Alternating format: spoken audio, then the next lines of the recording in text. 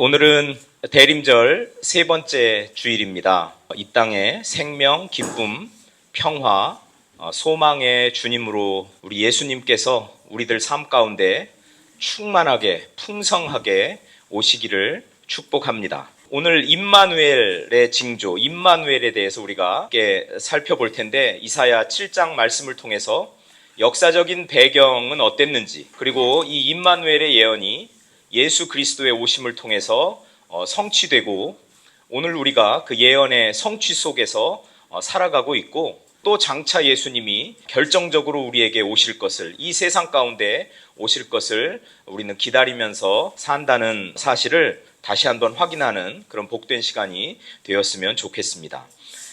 이때가 기원전 735년 무렵입니다. 아람과 에브라임, 북이스라엘이 동맹을 맺어서 아수르라는 나라와 대적을 하려고 하는 겁니다. 그 당시 고대 근동의 패권은 아수르가 쥐고 있었기 때문에 작은 나라들이 서로 동맹을 맺고 연합을 해서 그 강대국의 그 압제에서 좀 벗어나 보자고 동맹을 맺은 그때에 남쪽에 있는 유다 보고 너희도 같이 우리 동맹에 가담해 라고 이야기를 하고 있는 거죠. 당시에 남쪽 유다 왕은, 이 아하스는 그 동맹 제안을 거절합니다.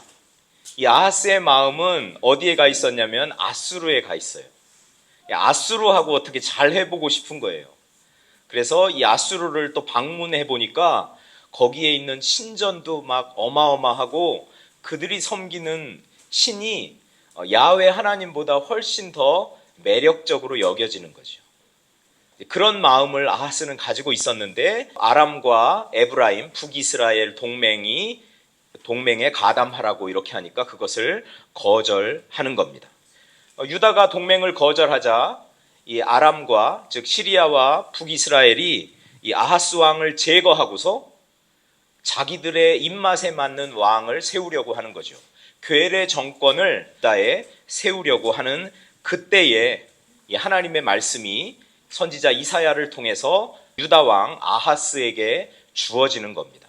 1절부터 9절까지가 첫 번째 말씀이라고 그러면, 오늘 우리가 읽은 10절부터 17절의 말씀은 두 번째 주어지는 말씀이다 라고 그렇게 볼 수가 있는 것이죠. 아람과 에브라임 그 동맹국이 유다를 침공하려고 할 때 이 아하스 왕의 마음이 어땠냐라고 성경에 보면, 숲이 바람의 흔들림 같이 흔들렸다 라고 이사야 7장 2절에 이야기를 합니다. 왕의 마음이 그렇게 흔들리니까 백성들의 마음은 또 어땠겠어요? 숲이 막 바람에 흔들리는 것처럼 그렇게 흔들리고 불안하고 초조하고 큰 위협 속에 이렇게 있었다는 것이죠. 그때 이사야가 첫 번째 아하스 왕에게 이야기를 합니다. 두려워하지 말라. 이 적국이 패배할 것이다.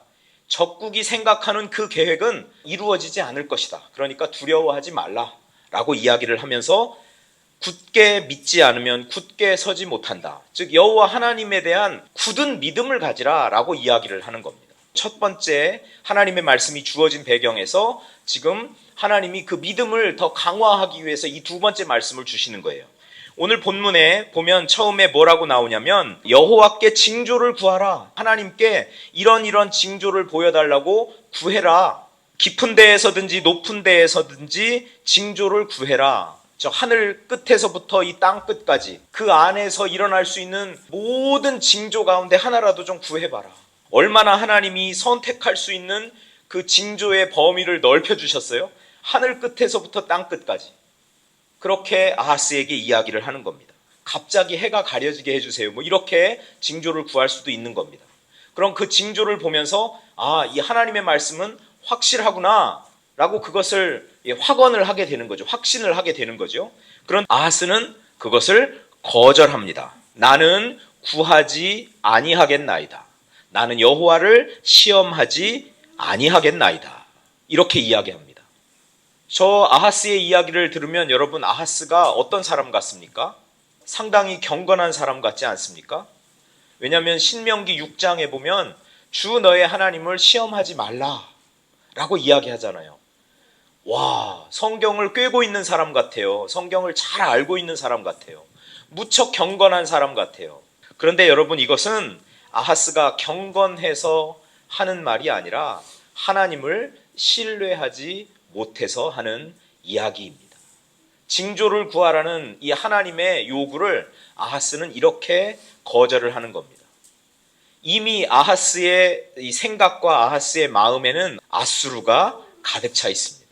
앗수르에서 그 사람들이 섬기는 그 신이 이미 그의 마음을 사로잡고 있었던 겁니다. 앗수르하고 어떻게 정치적으로 잘 풀어보려고 하는 그 마음이 이미 아하스 안에는 충만했던 거죠. 그러니까 하나님을 통해서 무언가 이루어지는 것을 요구하고 구하고 하나님께 기도하고 부탁하고 하는 일을 거절하고 있는 것이죠.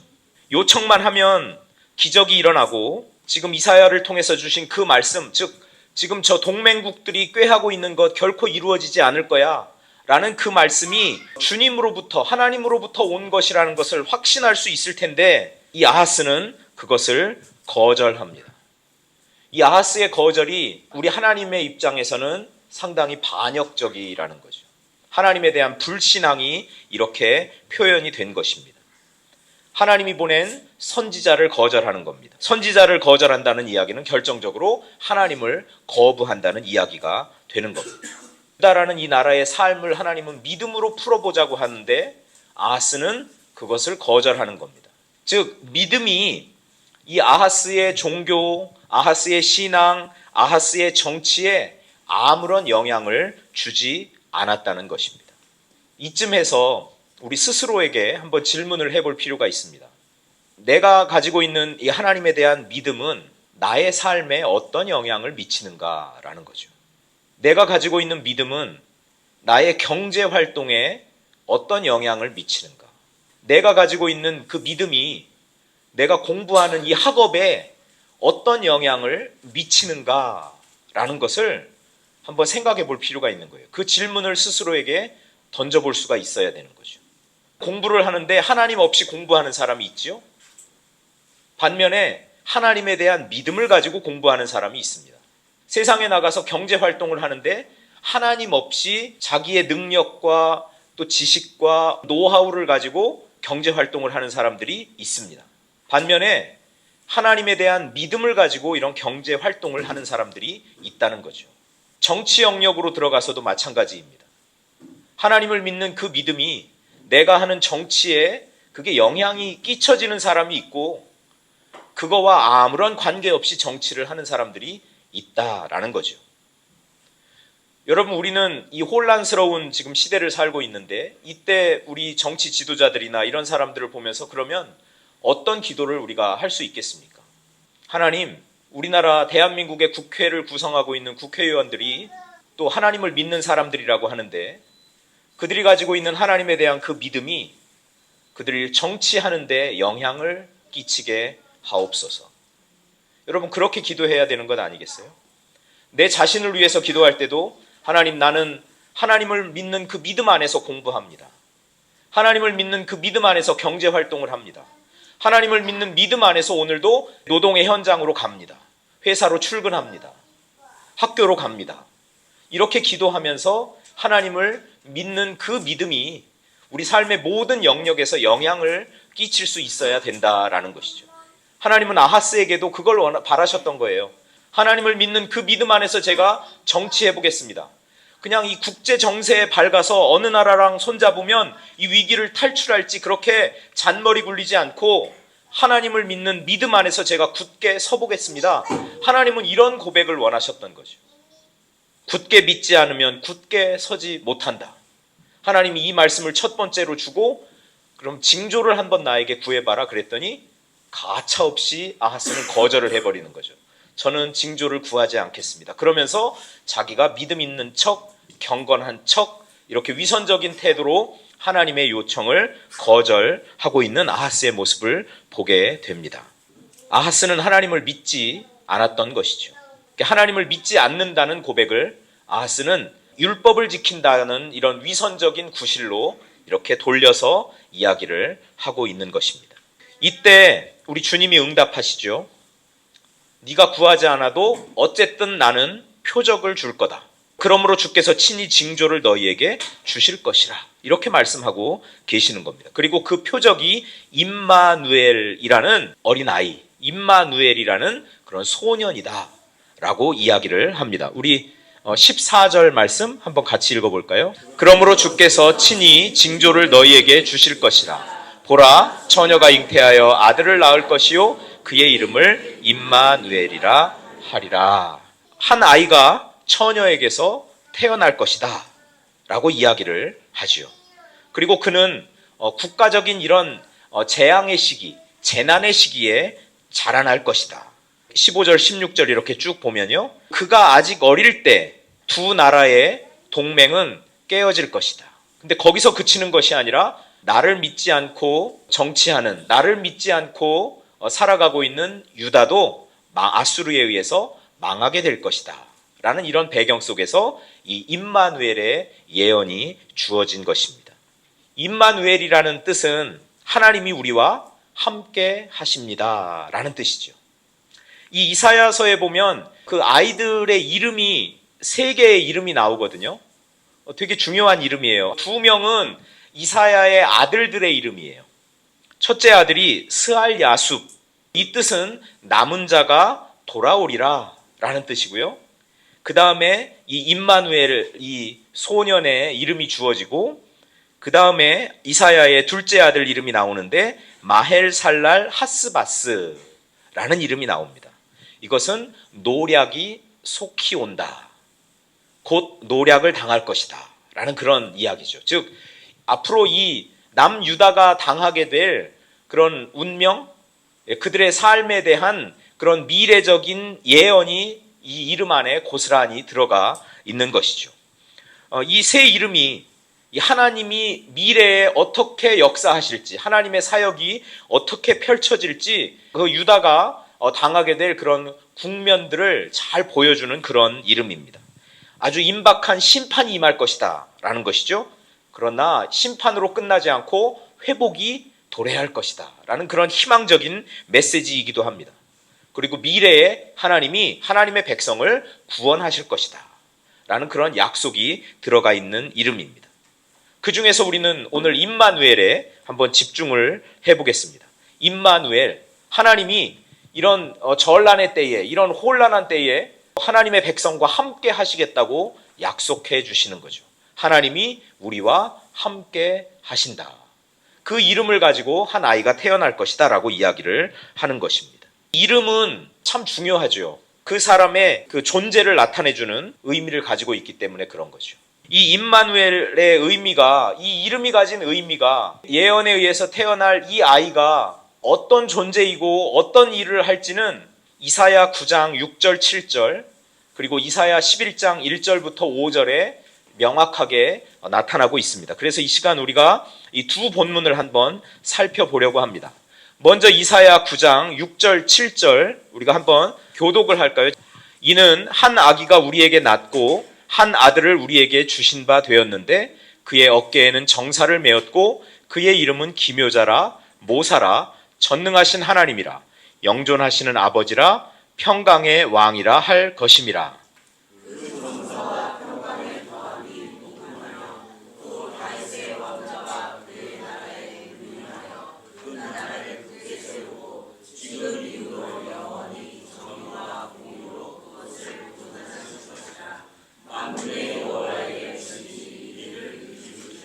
아멘. 이사야 11장 1절부터 5절 말씀 또 교독하도록 하겠습니다. 그리고 마지막 절은 같이 읽습니다.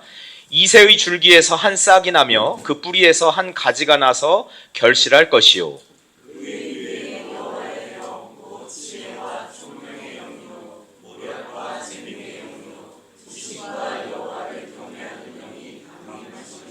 그가 여호와를 경외함으로 즐거움을 삼을 것이며 그의 눈에 보이는 대로 심판하지 아니하며 그의 귀에 들리는 대로 판단하지 아니하며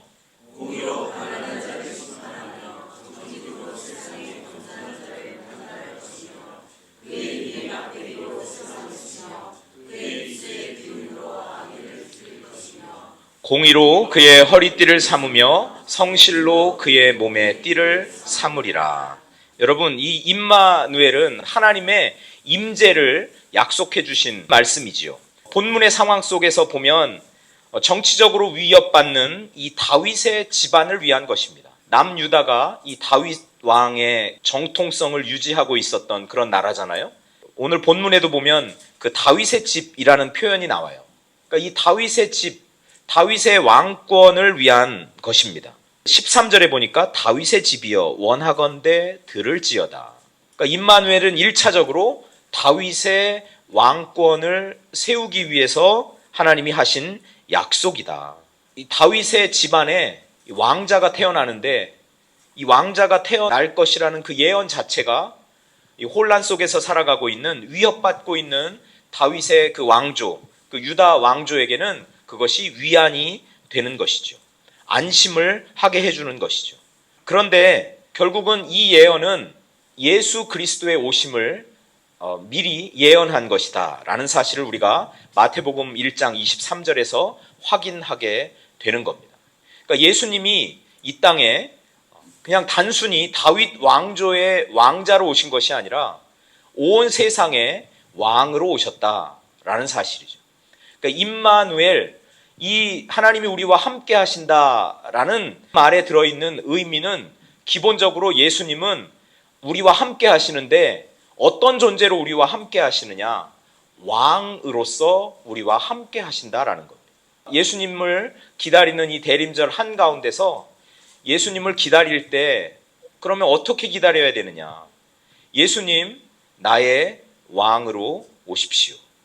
예수님, 내 존재를 다스리시는, 통치하시는 왕으로 오십시오. 예수님, 우리 교회의 왕으로 오십시오.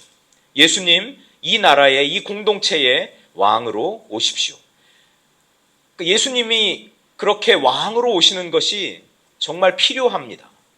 예수님이 나를 다스려 주셔야만 내 삶에 평안이 있을 것 같습니다.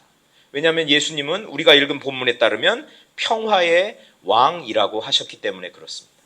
하나님, 내 마음이 너무나 시끄럽습니다. 내 마음에 번민이 너무나 많습니다. 너무나 복잡합니다. 예수님이 오셔서 마음에 평안을 주십시오. 예수님도 제자들에게 그런 말씀 하셨어요. 평안을 너희에게 준다. 내가 주는 평안은 세상이 주는 평안과 같지 않다라고 그렇게 말씀하셨습니다. 세상은 평화를 이야기하는데 이 세상이 말하는 평화는 힘에 의한 평화라는 것을 우리가 잘 알고 있죠.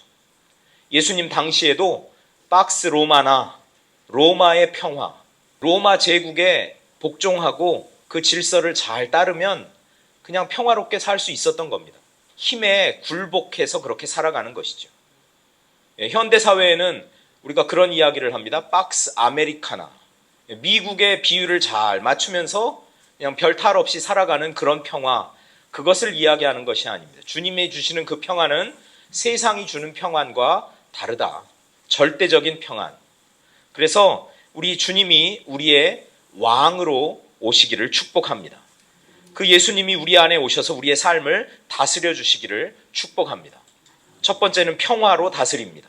두 번째는 우리가 이사야 9장 6절 7절과 이사야 11장 1절부터 5절에 공통적으로 나오는 단어들이 있습니다. 그것은 공의라는 것입니다.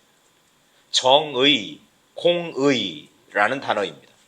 예수님이 이 땅의 왕으로 오시면 공의로 다스린다라는 겁니다. 그래서 이 기독교의 그 정신은 이 세상 구석구석에 들어가서 이 세상에 공의를 세우는 일에 참 많은 일을 해왔거든요. 우리 한국에서도 마찬가지고 전 세계 모든 나라에서 기독교가 들어간 곳에서는 이 공의의 문제, 의로움의 문제가 항상 건드려졌어요. 그런데 기독교가 세속화되고 이제 가진 자의 그런 종교가 되고 그러면서 이 공의의 문제, 정의의 문제들이 많이 퇴색한 것 같습니다. 하나님은 어디 계실까? 하나님은 과연 어디에 계실까? 하나님은 공의가 무너진 곳에서 열심히 공의를 세우려고 하는 사람들 가운데 계시지 않겠습니까? 하나님은 억압당하고 착취당하는 그 사람들 한복판에서 그들을 위해서 열심히 수고하고 애쓰는 사람들과 함께하고 계시지 않겠습니까? 대림절 세 번째 주간을 맞이하고 왕으로 우리 삶 가운데, 우리 교회 가운데, 우리 공동체 가운데 오시는 우리 주님을 기다린다면 우리 안에, 또 우리 교회 안에, 이 나라 가운데 우리 주님이 주시는 그 평화가 가득하기를 우리가 바라는 마음으로 주님의 오심을 간절히 바라고, 그리고 내 안에 하나님의 의가 제대로 자리 잡고, 또 우리 교회 안에도 하나님의 의로 다스려지고 하나님의 의로 운영되는 그런 교회가 되기를 바라고, 그리고 이 나라 이 민족을 바라보면서, 이 사회를 바라보면서도 정의가 바로 서고 공의롭게 모든 일들이 이루어지기를 바라는 마음으로 우리는 예수 그리스도를 기다리는 것이죠. 저와 여러분의 삶 가운데 임마누엘, 우리와 함께 하시는 예수님이 가득하기를 축복합니다. 예수님은 이 하나님의 임재를 우리에게 알려주시고 이 평화와 공의를 우리에게 선물해 주기 위해서 이 땅에 오셨습니다. 그 예수님으로 가득한 분들 되시기를 축복하고, 이 예수님과 동행하며 삶 가운데서 평화를 이루고 공의를 세워가는 그런 복된 분들 다 되실 수 있기를 축복합니다.